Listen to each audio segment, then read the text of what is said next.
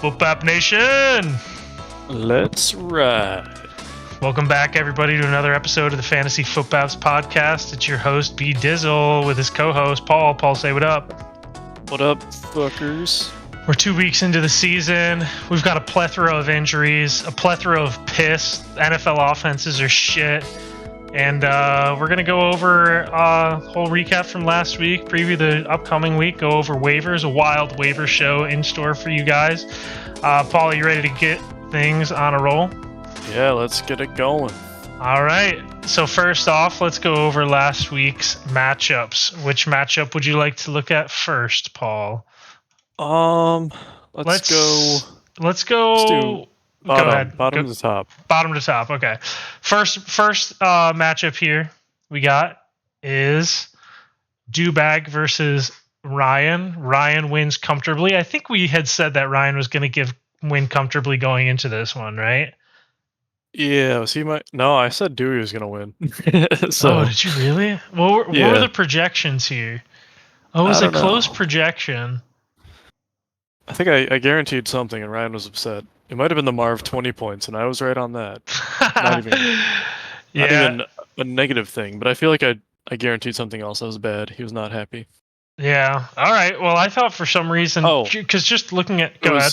It was the Zach Moss. I think I said 3 or 7 points. I was pretty close. Dude, you were kind of on one right there. Yeah. I think I really feel like we said that Ryan was going to win, but maybe not. Maybe we weren't feeling Ryan. So Dewey has 3 tight ends on his roster now. Either way, Dewey lost Jake Ferguson. I guess he picked up Colby Jack Parkinson, who got 1 point. Oh, wow. Now that's going to be a theme of today's show, is people losing tight ends and then picking up tight ends and them getting 1 point. We'll get to that later. But yeah, Ryan, at the time that we recorded, though, Ken Walker was supposed to play. He got hurt, so Ryan got Charbonnet. Let's see. And I don't think Jake Ferguson was questionable. Like, I don't think we thought he was going to play, but it was still up in the air. And when Waddle played, obviously we didn't know Tua was going to get hurt. So it's kind of crazy. We go into some of these games thinking one way and then, a complete opposite thing happened. Ryan had the game of his life, though. I mean, Justin Jefferson catches a 97-yard touchdown. Marvin Harrison has 4 catches for 130 yards and 2 touchdowns in the first quarter.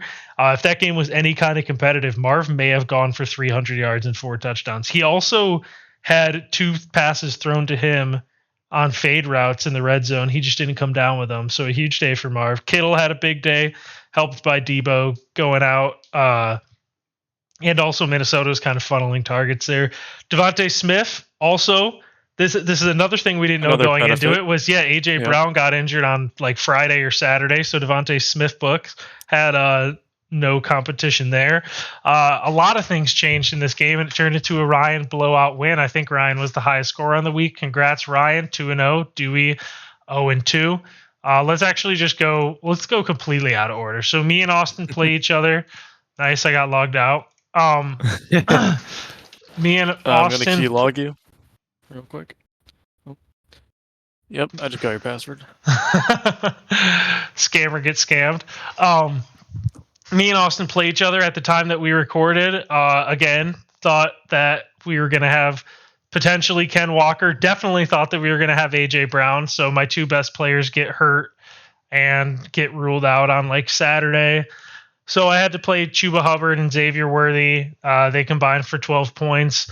I don't think it would have mattered, though. Austin got 30 points from James Cook on Thursday night. He gets 20 points from Breece Hall, 18 from Baker. We were talking about Austin's flex position, and I was stoked when he played Chris Olave over Godwin and Robinson, but it didn't matter because Olave still had 10 points. And I was stoked that he played DJ Moore over them. Also, it didn't matter who Austin put in there.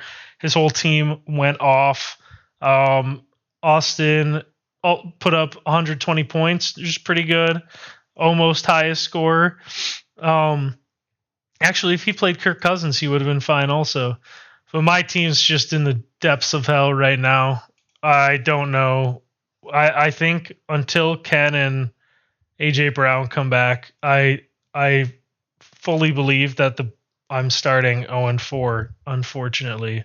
I'd have to run the stats on if anyone's ever started 0-4 and made the playoffs, but I'm I not started sure. 0-5 and did not, for the record, in case you're curious.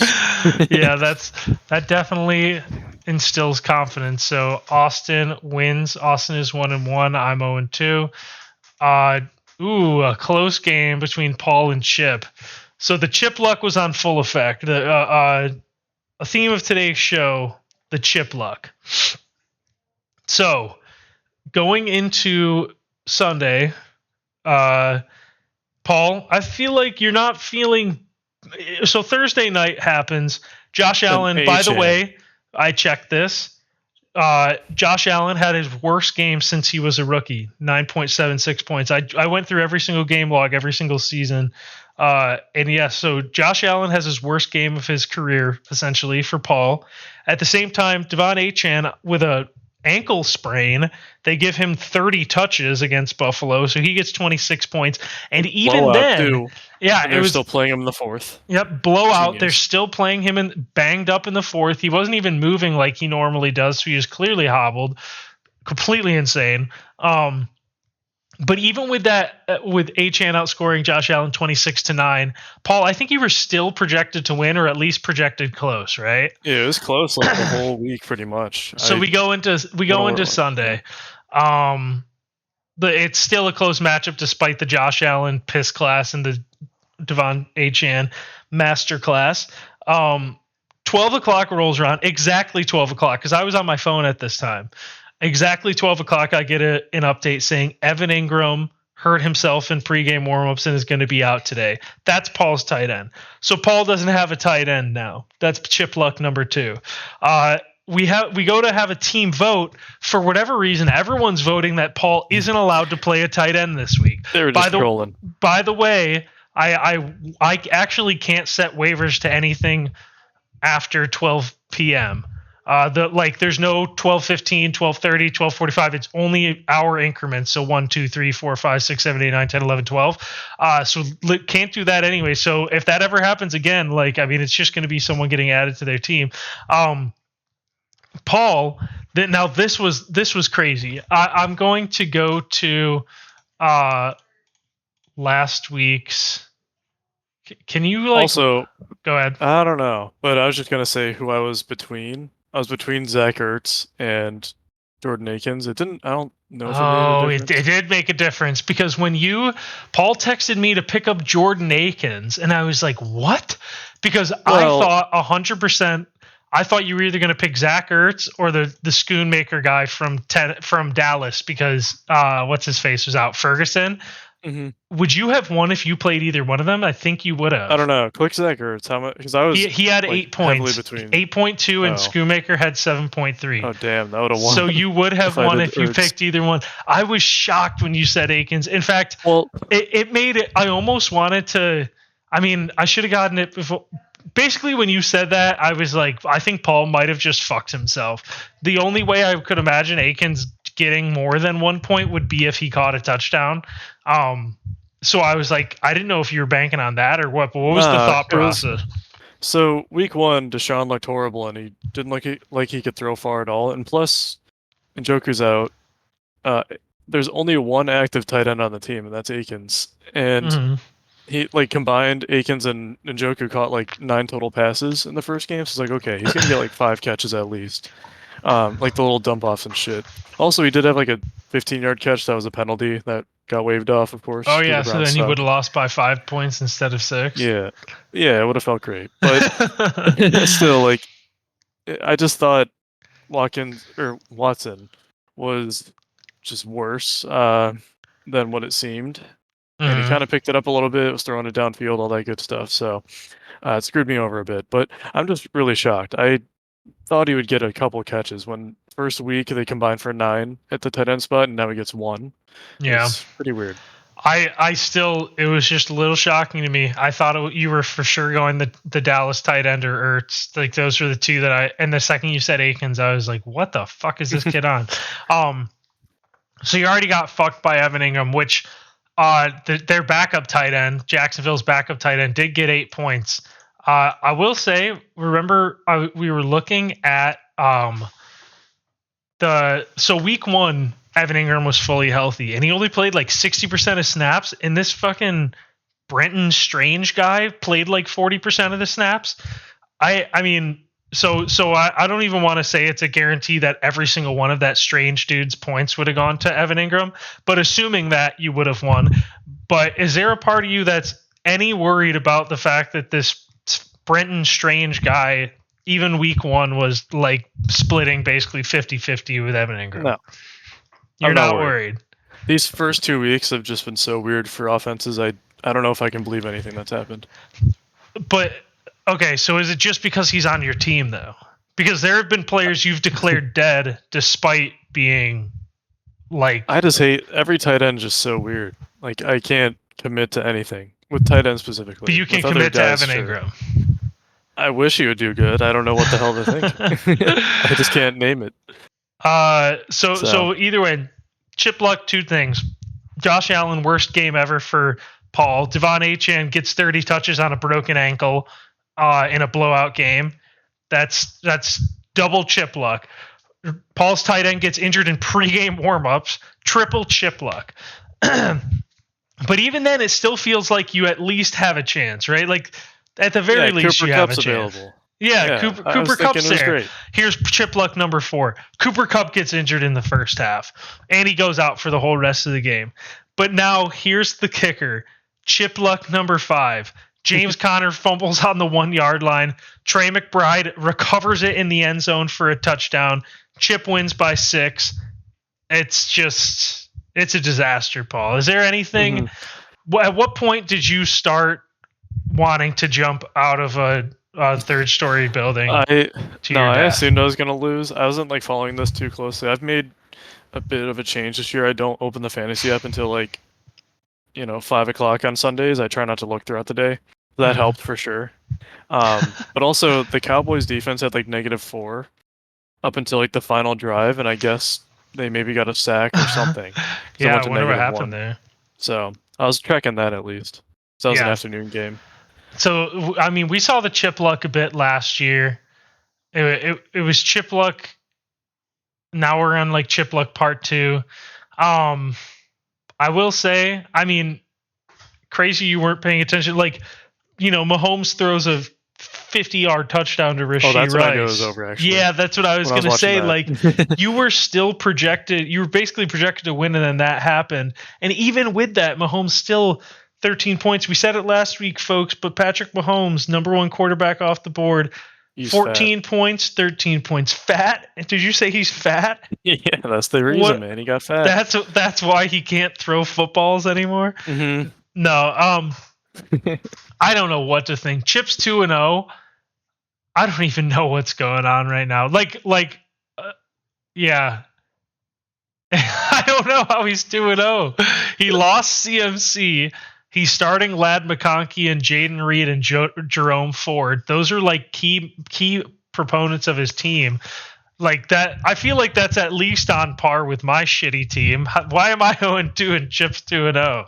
This is bullshit.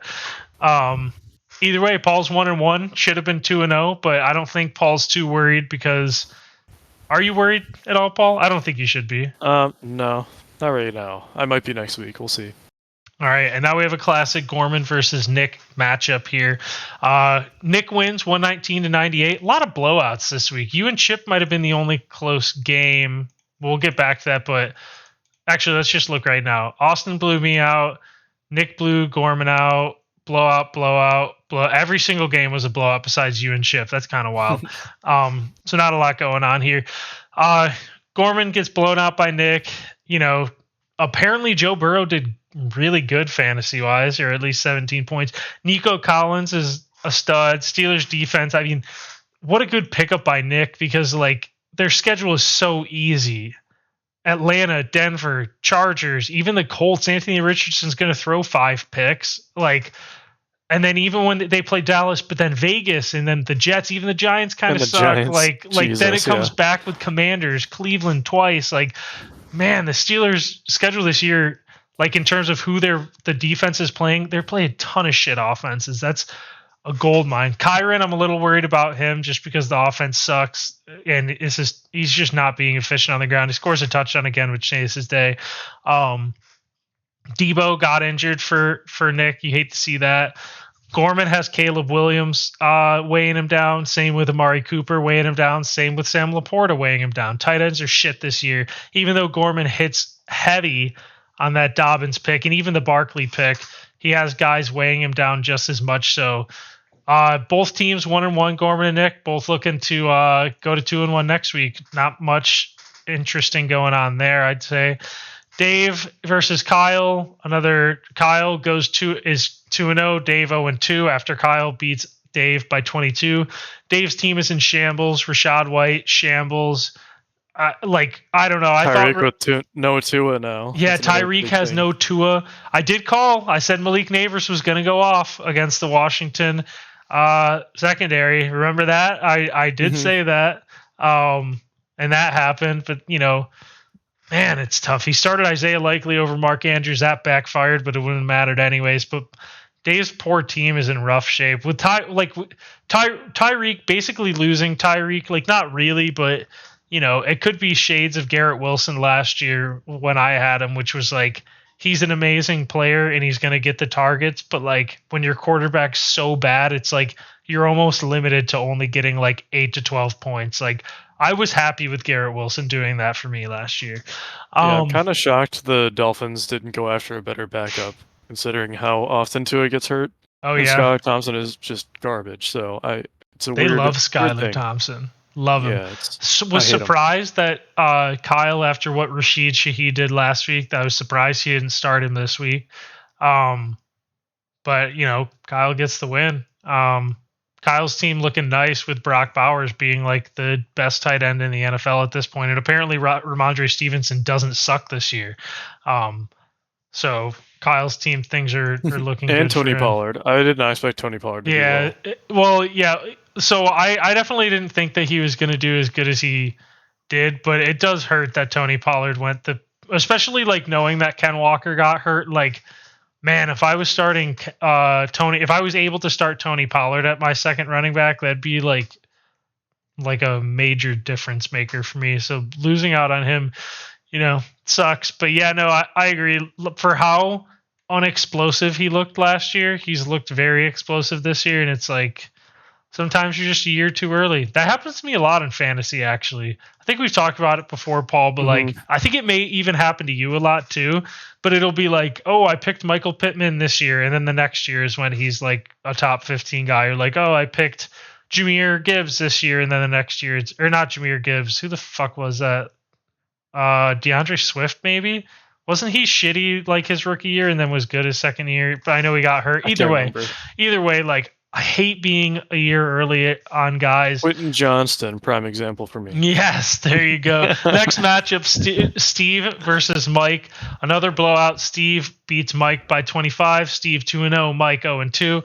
Mike's team loses Isaiah Pacheco.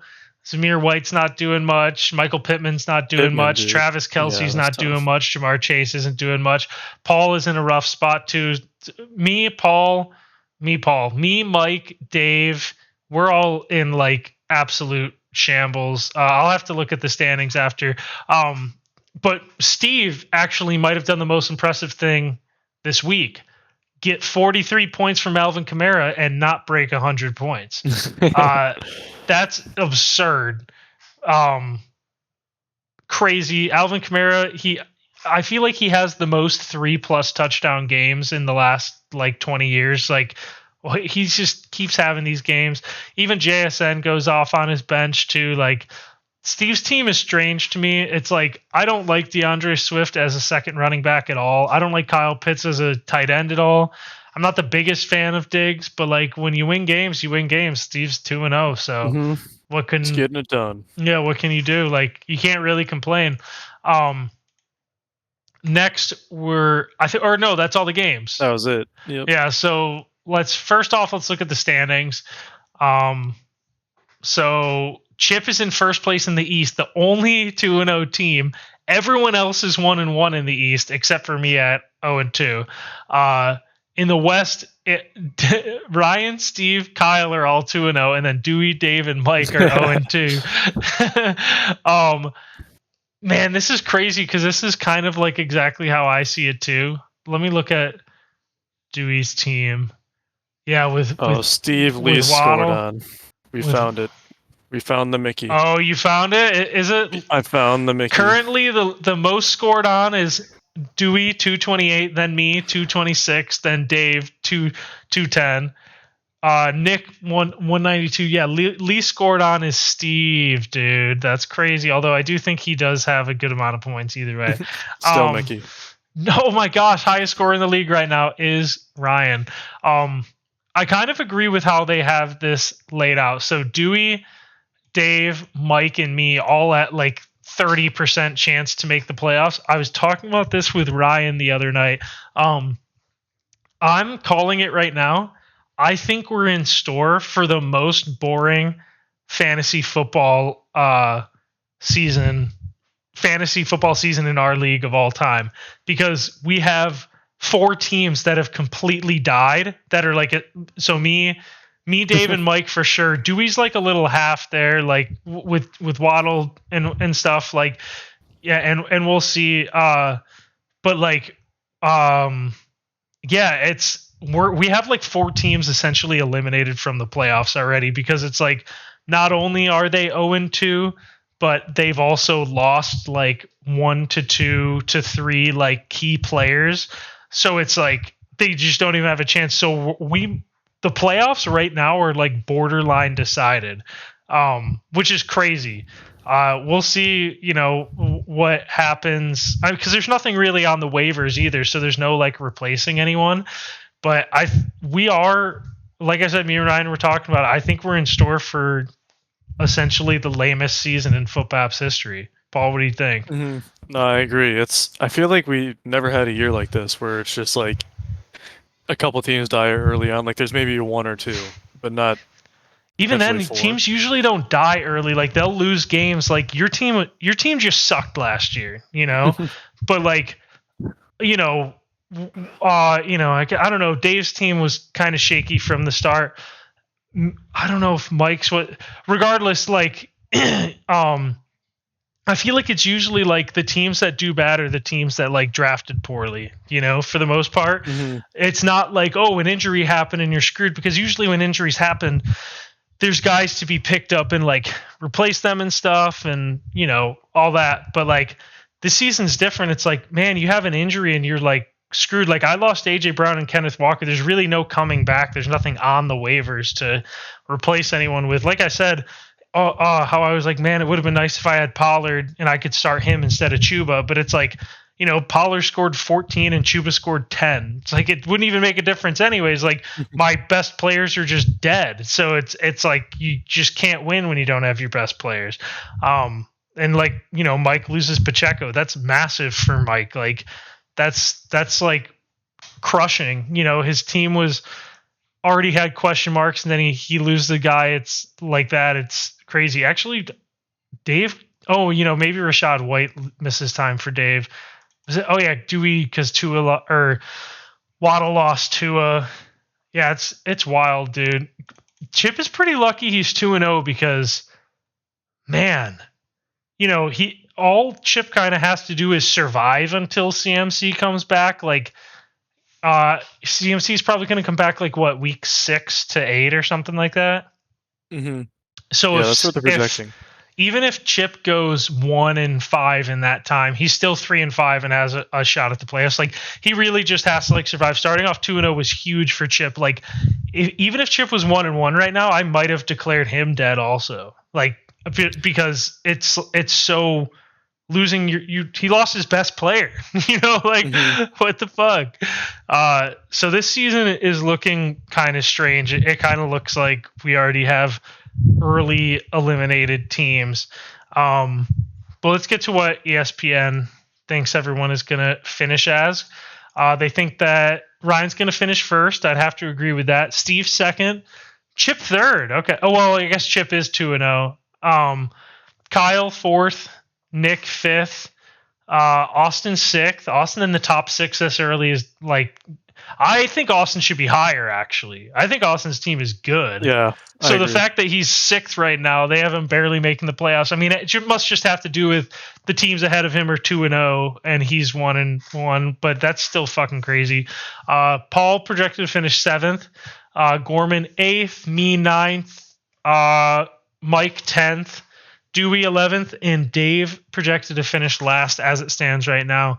I don't think we have any messages on the message board. Nope. Let's check the recent activity now. So the waivers went crazy.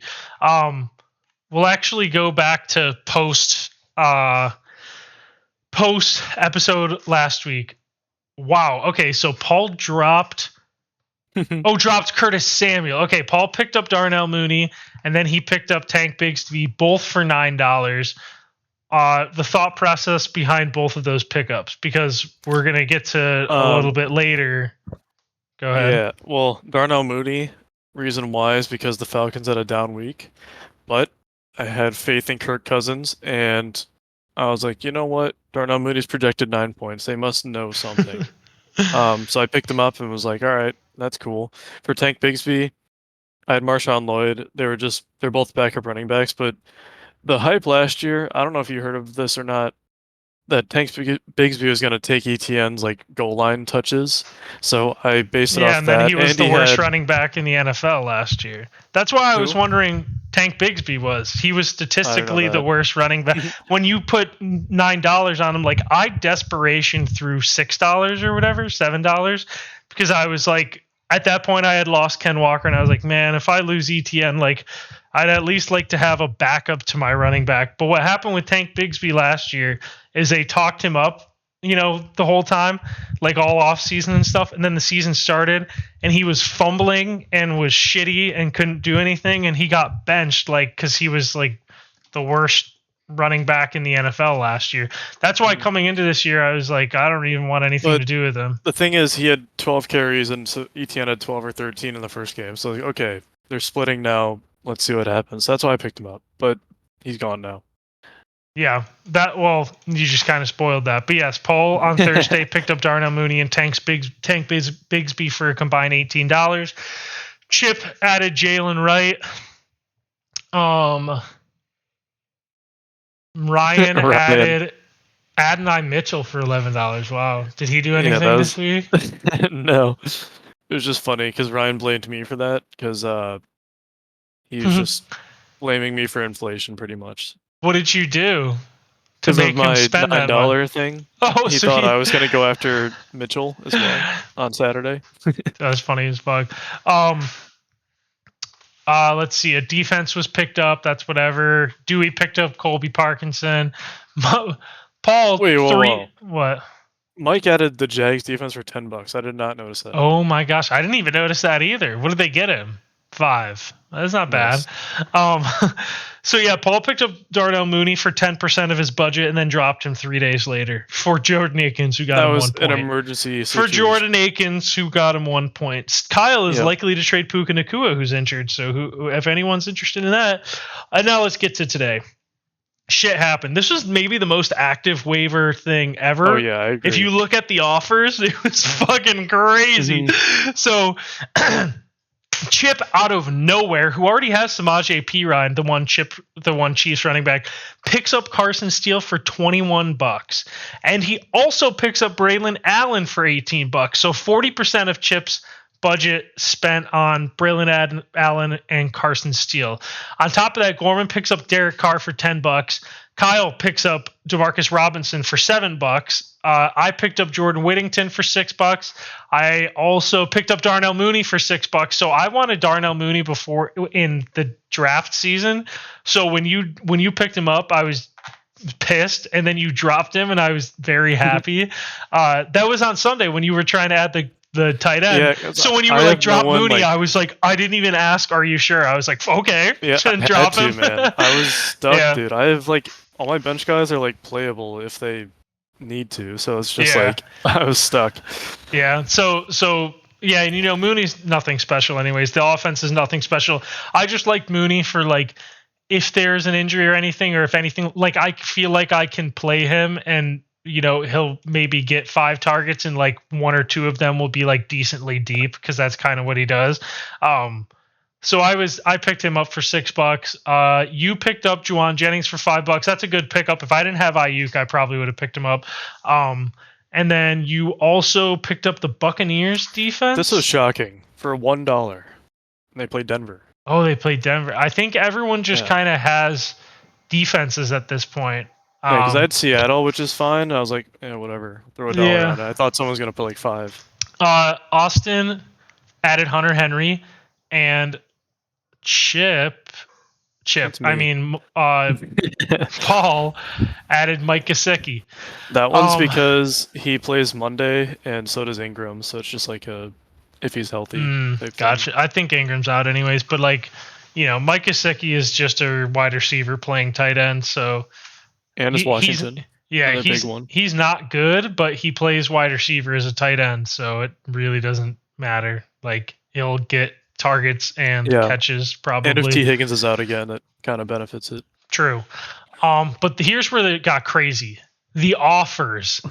The offers were insane. This is the most offers I've ever seen in my entire life, dude. So let's start out first with Carson Steele. Oh, it's Chip put 21. Nice. Yeah, I didn't even know that. But Chip put $21 on Carson Steele. Outbids Mike by $1, who put $20 on Carson Steele. Yeah. I put $7 and $6. This was just basically because I was dropping Tua and Jeff Wilson, so I put them on like 2 different depending on like who I got picked up. I didn't really want Carson Steele, so I figured putting $6 on him. I was like, whatever. Someone's gonna put 20 and I'll lose it. I don't really care. Dewey put $5 on Carson Steele. Braylon Allen is kind of who I was more interested in. Not as an immediate player, but like I was like, hey, if maybe Breece Hall, if he gets hurt, I'd rather have him in that scenario than Carson Steele in like a timeshare in Kansas City. So Chip puts $18 on him, outbids Dave, who put 11, and outbids me, who put 8, and Kyle put 3. I don't think I ever would have spent $18 on Braylon Allen, so I can't be mad. But 18, would you expect anyone to put $18 on him? No, I thought 10 at the most. I thought 8 was gonna. I thought that 5 at the most was gonna be it, and I thought 8 was like a slight overpay. So I was like, I'll get him, but we'll see what happens. Demarcus Robinson was popping. So who ended up getting him? Dave. Or no, Kyle. I thought you got him. No, Kyle got it. You can see it right there. Okay, so Chip did put $16 on DeMarcus Robinson, but since he got Steele and Allen, he didn't get him. So Kyle gets DeMarcus Robinson for 7. Dave put 6 on him, got outbid. So Dave, wow, man. That sucks, man. Dave got outbid by a crazy $18 bid on Braylon Allen for Chip.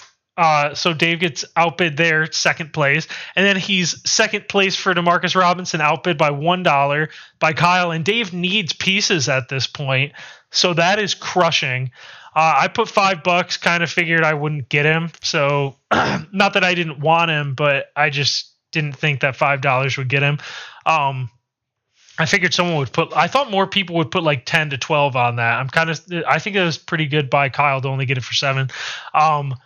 Derek Carr, Chip apparently put $5 on him, but Gorman gets him for 10. And then Juwan Jennings, how do you spell his name? Okay, so Juwan Jennings.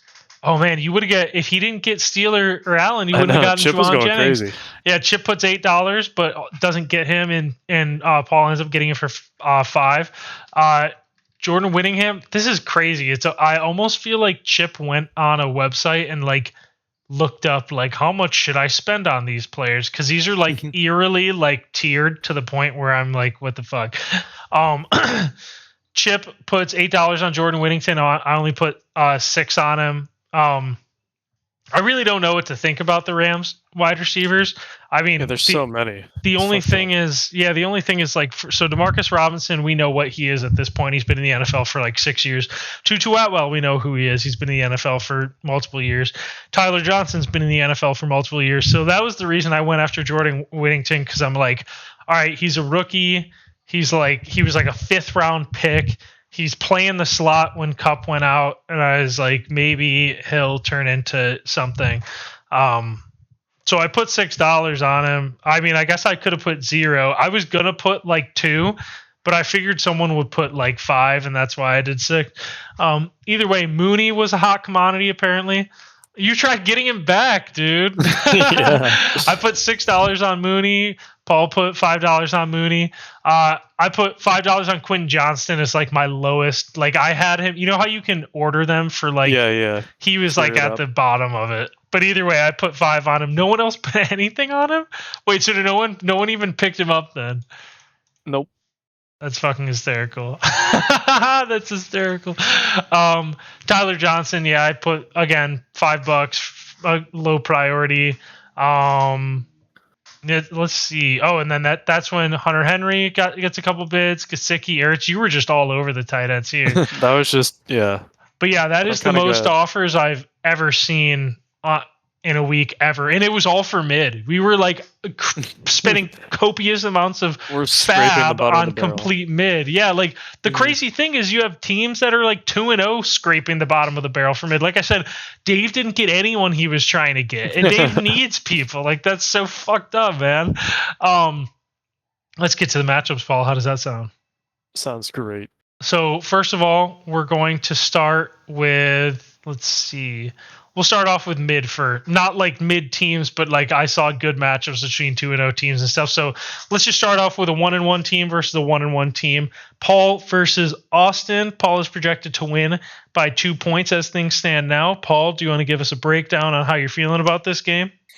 Well, it depends if Evan Ingram plays. If not, I'll be projected to lose probably. But I'm kind of afraid of Breece Hall Thursday night. That'll just determine how I'm feeling going into Sunday. So hopefully he throws up a dud. Also hope that maybe DJ Moore or Brian Robinson go crazy and Austin keeps him on the bench. So again, comes down to his flex spot, who he's going to throw in there. And hopefully he doesn't trade for a quarterback or tight end before Sunday. I think Baker's a decent option for him. I mean, apparently he's the number one quarterback in fantasy. Yeah, that is nuts. But I don't know what he would do. But yeah, I feel like he could swindle something if he needed. I mean, Austin's team is pretty loaded. It doesn't matter. And he's got DJ Moore and Brian Robinson on his bench. So it's like, really, it's just tight end is where he's lacking. But everyone's lacking at tight end right now. With you, Paul, I'm worried because you're starting Deontay Johnson. And that's That'll pretty much switch to T. Higgins if he plays. But gotcha. I don't even know if I feel great about that just because it's his first game back. But either way, I'd say you're. Yeah, no, I get it. It's Washington, but I'm saying like, do you remember 2 years ago when Zach was his name Zach Taylor, right? That's the coach. Yeah, that's the Bengals coach, right? When Zach Taylor said T. Higgins was playing. I'll never forget this because I actually didn't make the playoffs in a league because of this. I was the second highest scorer in that league and didn't make the playoffs because I was so far and away the highest scorer. Zach Taylor said that T. Higgins was playing. He wasn't on the injury report, and then he didn't play a snap that game. So I'll never forget that happening with T. Higgins. So I'm always scarred from him. So my only worry would just be them being like, oh yeah, he's good, and then him basically not playing. But either way, that's your only weakness. I mean, Jonathan Taylor's going to go off. Jahmyr Gibbs is going to go off. Jamison Williams is going to go off as he has been. Josh Allen's Josh Allen. Jordan Mason gets the Rams. That's going to be a destruction. Bucks playing Denver. You only have one glaring spot. This actually might be the match of the week because Austin doesn't really have any glaring weaknesses either. It's like a stacked lineup versus a stacked lineup where you each both have one below average option, and his is his tight end and yours is your wide receiver. This is important too, both being 1-1. We need these dubs. I tried starting with mid, and then it ended up being this might be the best matchup of the week. We'll check the 2-0 matchup later on, see what happens there. But either way, Paul versus Austin. For my personal pick, let's see. I want to see what time these teams play. I know it's stupid, but it matters to me. Ooh, I know you have Josh Allen on Monday night. This is tough. Yeah, my tight end either way will be Monday night too. I'm saying it's too close for me to call. I can't pick between you and Austin. I think you guys are both loaded. That's going to be tough. Somewhat interesting matchup here. Chip versus Gorman. Chip 2-0, Gorman 1-1. Chip, like I said, he, injuries and players not panning out and stuff. He's starting Carson Steele, still starting Ladd McConkey, still starting Jerome Ford. I'm surprised they're projecting Jerome Ford 12 points. He'll probably get there just because it's Jerome Ford. He sucks, and then he'll get there. And it's the Giants, too. They should score a lot. Basically, what it comes to from Gorman is, is Amari Cooper going to do anything? And is DK Metcalf going to play because he randomly popped up on the injury report today? Yeah. Wait, he's benching J.K. Dobbins? Wow. I feel like bold move. I'm not even saying it's the wrong move, but I'd be afraid to bench him with how good he's been doing. Do you have a pick on who's going to win between this Gorman and Chip game? Oh, man. I don't know, man. The Chip luck, I feel like he can't be beat. I got to go Chip. Yeah, I'm going to ride with Chip luck on this one. Gorman's got the question marks. Maybe DK or Aaron Jones doesn't play. Mm-hmm. Maybe Derek Carr is just a mirage. He's going to come back down to earth. This is tough. We just know that his running backs will do great, but besides that, it's just a big question mark. Agreed. And I think Chip's the luck might be too much to overcome here. Still going to be a close game, though, I think. Dewey versus Steve. This is a 2-0 versus an 0-2 matchup. Steve's the 2-0 on this one. Let's see if Alvin Kamara going up against Philly. He should honestly probably eat them alive. Dewey has some decent matchups here. I'm worried about McLaurin. I know London caught that touchdown. Going up against KC, though, he should probably be fine. Got any feelings in this one? DeAndre Swift projected 12 points. Is he doing anything this year? I don't understand. Why are they doing that? Oh, I guess he's had 14 carries for 18 yards, but man, that's the fuck? Some great averages. Yeah. I think I just think Steve's team is too good. Even though Dewey, I do like his team, but he is 0-2. Mm-hmm. And no more Waddle in the lineup, that hurts. So yeah, I got to go with Steve. Yeah, the no Waddle hurts. Just because of that, I think Steve's going to take this one. But I'm rooting for Dewey, my 0-2 brother. A West rivalry going on there. We'll go up to another mid one. 1-1 Nick versus 0-2 me. Right now I'm projected to win by 2, but Nick hasn't set his lineup yet. So when Nick sets his lineup, he'll be projected to win by 8.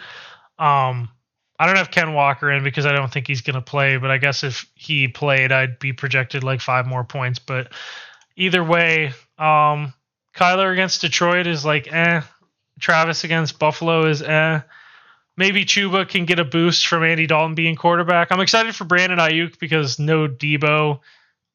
When there is no Debo in the lineup for the Niners, I think Brandon Ayuk averages 16 points per game or something crazy. So I'm excited for him. I hope he can do good. Worthy is just a toss-up if he catches a long touchdown to Kincaid. Hasn't done anything for me. I like Brian Thomas, but if Trevor sucks, it's whatever. And then Nick's side, Kyron's been pretty consistent. Even though he's not being efficient fantasy-wise, he's consistent. James Conner's been awesome. Amon-Ra, after that slow first week, Amon-Ra was awesome last week. Yeah, Joe Burrow against Washington. If he doesn't drop 25-plus points, I'd be pretty fucking That's Monday night, too. Oh, yeah. That's so...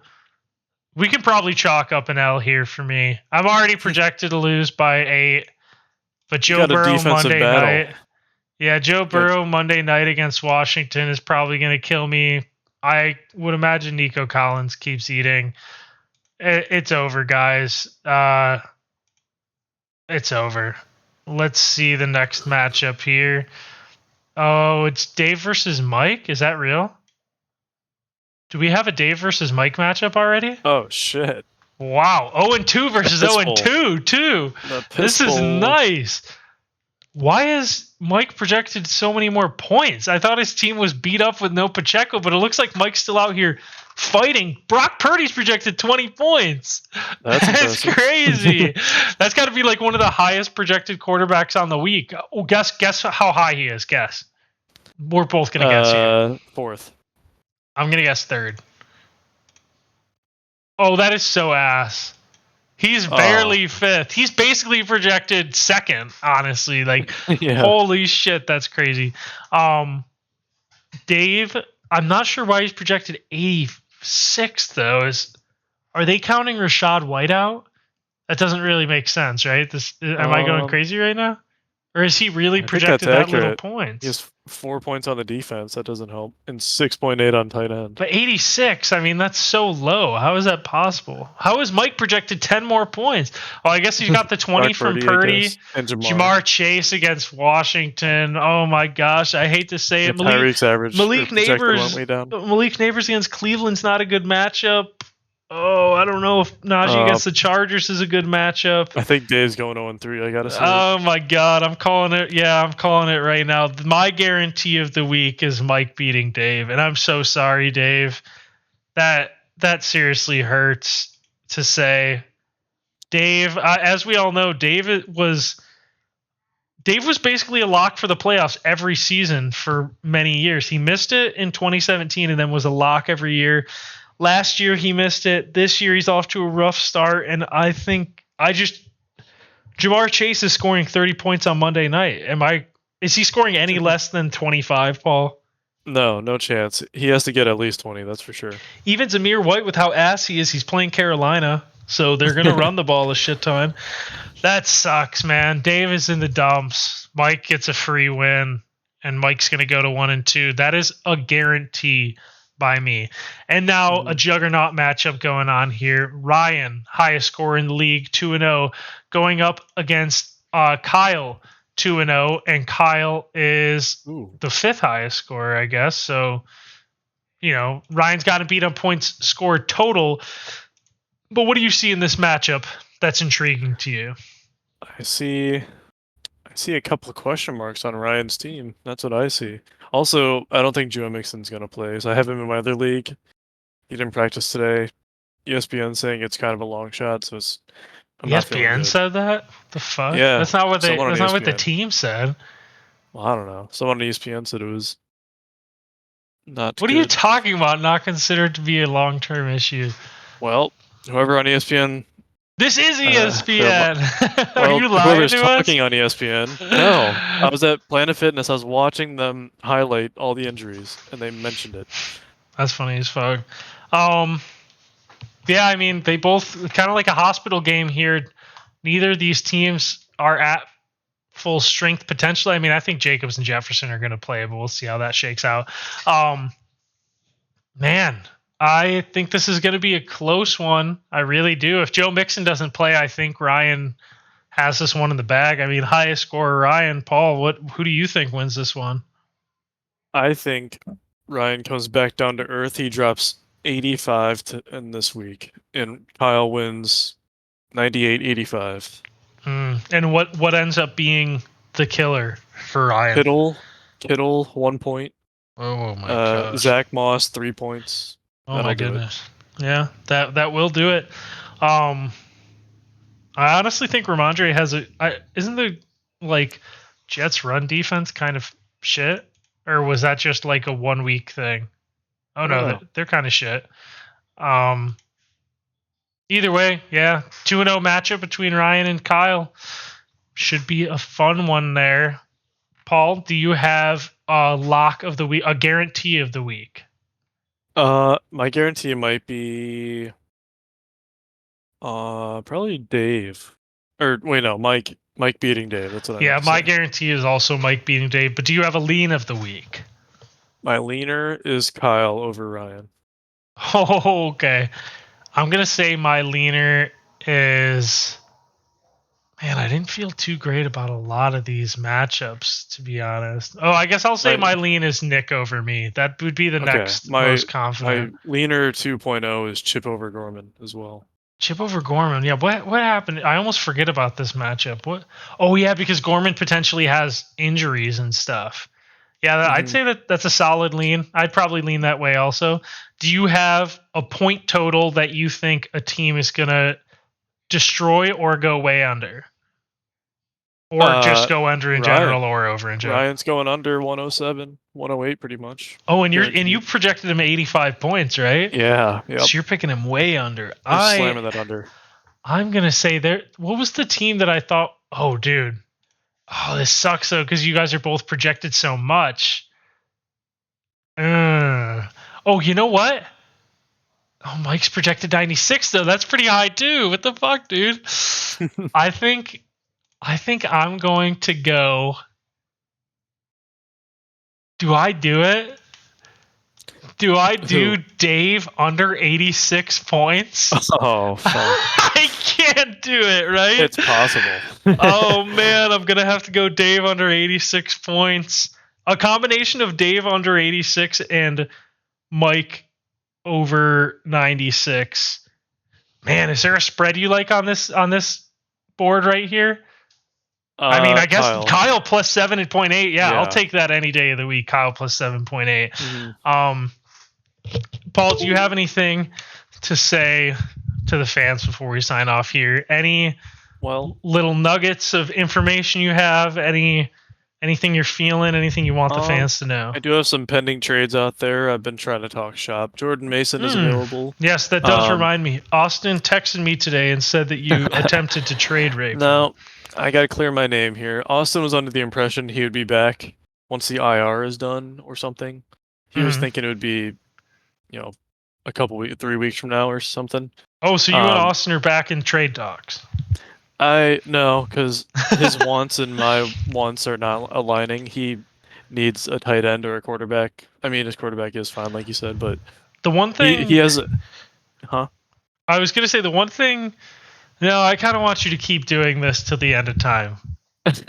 I was gonna say. I feel like when it comes to you in trading, you show your hands too easily. You'll be like, every single person, I'm offering you Jerry Jeudy and Jordan Mason because I don't want them on my team. And then everyone's like, well, I guess I don't want them either. Like, why do you offer the same people to literally everyone? I don't know. That's the other thing, too, is that I was saying it to you earlier when you had offered Jordan Mason to Austin. I was like, Austin has 3 running backs right now. One of them is on his bench. Like, Austin doesn't need running backs. Like, why are you not looking at what other people need? And you know what it comes down to? It's because you're the trade raper. You go in and you're like, I have 2 players I'm not even trying to help you out. I'm just trying to give you players I don't want and get players back that I want. Would you agree with that assessment? Well, I tried that strategy last year and it did not work. I will tell you that. So, you know what strategy did work? It was what's that? Oh wait, no, it didn't work last year. Or no, it worked inversely. Was you going baby mode and trading your good players for shitty players? that worked in terms of creating chaos in the league, and I feel like that was your intent with those moves. No, I wanted just a brand new team, and I tried to make it even trades, and ultimately it just didn't work out. But my goal was just to not have anyone from my draft day team, and I think that was a success. But yeah, me and Austin just mutually agreed that our wants and needs don't line up. Like you said, he had Chris Godwin on his bench and Brian Robinson on his bench, who are both solid starters for anyone who could need them. So he definitely needs to eye up a tight end potentially next week once things even out a little bit. Hopefully, maybe a potential Evan Ingram. Yeah. I told him, I was like, I can't. I know you don't want Evan Ingram, so there's no point in even talking about it. That's funny as fuck. All right, well, everyone keep that in mind. It's trade season. Paul's in full form, offering any trade that you don't want. He's got it for you. But Uh-huh. we haven't had a trade yet. I think it's just because it's early in the Yeah. year. I think after Also, this week, there's going to be trades going yeah, I was down. gonna say, I feel like week 2 is prime time. Well, after week 2 is prime for trades to happen because people start panicking. Like Mm. once 2 games go by, they're like, "Oh fuck, I don't want this guy." So I think a lot I'm of trying to guys catch that you people. can panic on, like tight ends, you can panic on, but everyone's panicked on tight ends. So like that's Mhm. kind of fucked up. Running back is something you can panic on, but everyone's fucked at running back. So like, that's another thing. That's Like it's almost yeah. like what can you do there? I'm Um, trying to get people Jordan Mason, and they don't want him. That's what's happening. quarterback, everyone's fucked on. Not kind of like, I mean, quarterbacks just aren't doing well. There's another position Mhm. I was trying to think. Oh, and I feel like a lot of people or a lot of players that aren't performing right now are like currently going into better situations. Like Jamar Chase has been terrible, but he gets Washington this week. Or like Ayuk hasn't done anything the first 2 weeks, but then Debo's out and he gets the Rams, who just gave up like fucking 300 yards and 4 touchdowns to the Cardinals. So it's almost like there are a lot of players that like are underperforming, but like have bright spots coming up almost. Like it's just, I mean, everyone's Mhm. been, at the end of the day, everyone's been sucking in fantasy. So you're Yeah. going around with Jordan Mason, and like, I feel you probably, there's not even a lot of shit you do want for him because no one's doing good. So it's like, and Yeah, anyone that's the who's thing. doing good feels so valuable. So you're like, And they're out of reach. yeah, Yeah. exactly. So it's It's tough. tough. In a normal Also, season, like I feel like this mhm, would actually, you would have a good piece and you probably would have had a trade done, but so many I players are know. doing bad that means that the ones that are doing good feel even more valuable, and then it just ends up not working out. Yeah, I was going through just, the opposing teams tab. I just open them all and scroll through, and I just start salivating once I look at Austin's teams. It's like, he's got 2 guys on his bench he doesn't even need, so I just throw trades at him. He's the only person that has Everyone, that luxury, I think. right? Yeah, everyone Everyone else else like doesn't needs. have bench pieces like to give, and Yeah, then Austin's got 2 bench pieces, so he's exactly. he's sitting in a good spot there. But But that's the thing is like people are struggling to find those missing pieces. Maybe I can help you out if you're listening. with a 4 to 6 week rental of Jordan Uh, Mason, maybe we'll see I 8 weeks. think you We'll just got see. to bring your asking price down. Honestly, that's all I've I tried, think. dude. Okay, I did. This is going on the air to the airwaves Oh out there. no, no! Is I this a offered Smith Books trade? no. I Okay, offered okay. Jordan Mason for Waddle, who has Skylar Thompson throwing the ball for who knows how long. And Dewey said no, trash trade. And I was like, what the fuck are you talking about, bud? I don't know how that's a trash trade.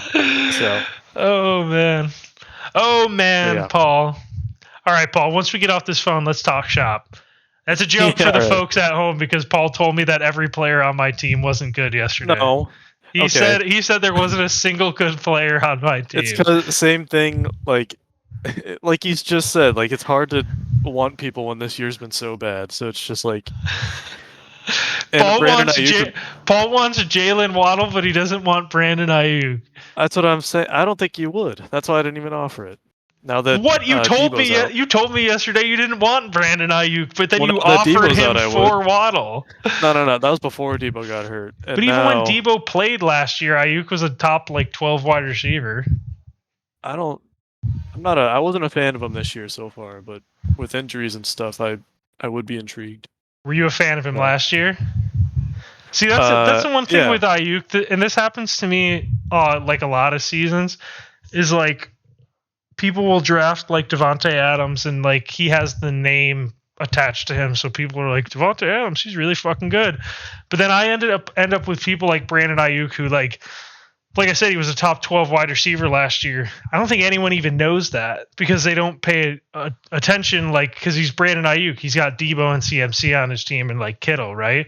Like, I feel like I always end up with players like that where people don't realize what they're doing. That was Pacheco last year, too, when everyone would just Mhm. kind of be like, man, Pacheco kind of sucks. And it's like, dude, he's a top 10 running back for me. But, like, I feel like I always end up with players like that, Mhm. unfortunately. But Well, also like the holdout kind of scared me a little bit because I didn't know what was going to happen there. Like if he went to any other team, I'd be a fan, I guess. But no, it's just weird. the Just a lot holdout of weird scared situations. Paul but the hamstring injury for Gibbs didn't scare him. I had to take Gibbs no matter what at the 12 spot. Man, that was such a good pick. It's either Puka or like Pacheco or no, God, Henry. You couldn't take Pacheco. When I saw what pick you had, I was like, he's getting some combination of Barkley. I honestly didn't think you were gonna have Jonathan Taylor. For some reason, he was projected like 8th. So I thought you were gonna end up with like Gibbs and Derrick Henry or Gibbs and Saquon Barkley. It's crazy. I can take solace in the fact that I picked Travis Etienne and I got scared because I got scared off of Pacheco and Kyron, and now Pacheco's injured and now the Rams offense is dead. So I think I was fucked no matter who I picked there. So that's good to know. But I did mention before, I think maybe the last episode, I was kind of between, because I was kind of planning on picking Kyler later on in like the 6th round. So the only reason I didn't go with Marvin Harrison was just for the sheer fact that I was like, what if I don't get Kyler? Then I don't really know what's going to happen there. I was pretty much between ETN and Marvin, and looking back, it's like, oh man, I think Marvin probably would have been, we'll see what ends up happening. It was just one big game as it is, but like having Marvin and Kyler last week would have been fucking awesome. I would have gotten like 60 points combined. I was afraid of doing 2 wide receivers at the start because running backs, like, it's hit or miss. That's what my next point was going to be. Like, I would have been fucked either way. I did that. If I did that and I did AJ Brown and what's his face, Marvin, then I end up with Ken Walker as my RB1 and he's hurt, and then my RB2. At that point, though, if that's how I did it, I think I probably would have went for what's his face, James Conner or like Brian Robinson, Tony Pollard. I probably would have taken him before Brian Thomas. So I probably would have ended up with like running backs anyways, but I still would have had no Ken Walker. It still would have been like pretty brutal. I don't really think there was any winning when it came to my spot, because at the end of the day, AJ Brown was my first pick and he's hurt also. So it's kind of like, it's kind of nothing you can do. But yeah, folks, that'll do it for this week's episode. Another crazy week ahead of us. Hopefully it tells us something, and hopefully some trades happen. You wish, kid. All right, Footbap Nation. Let's ride. Let's ride.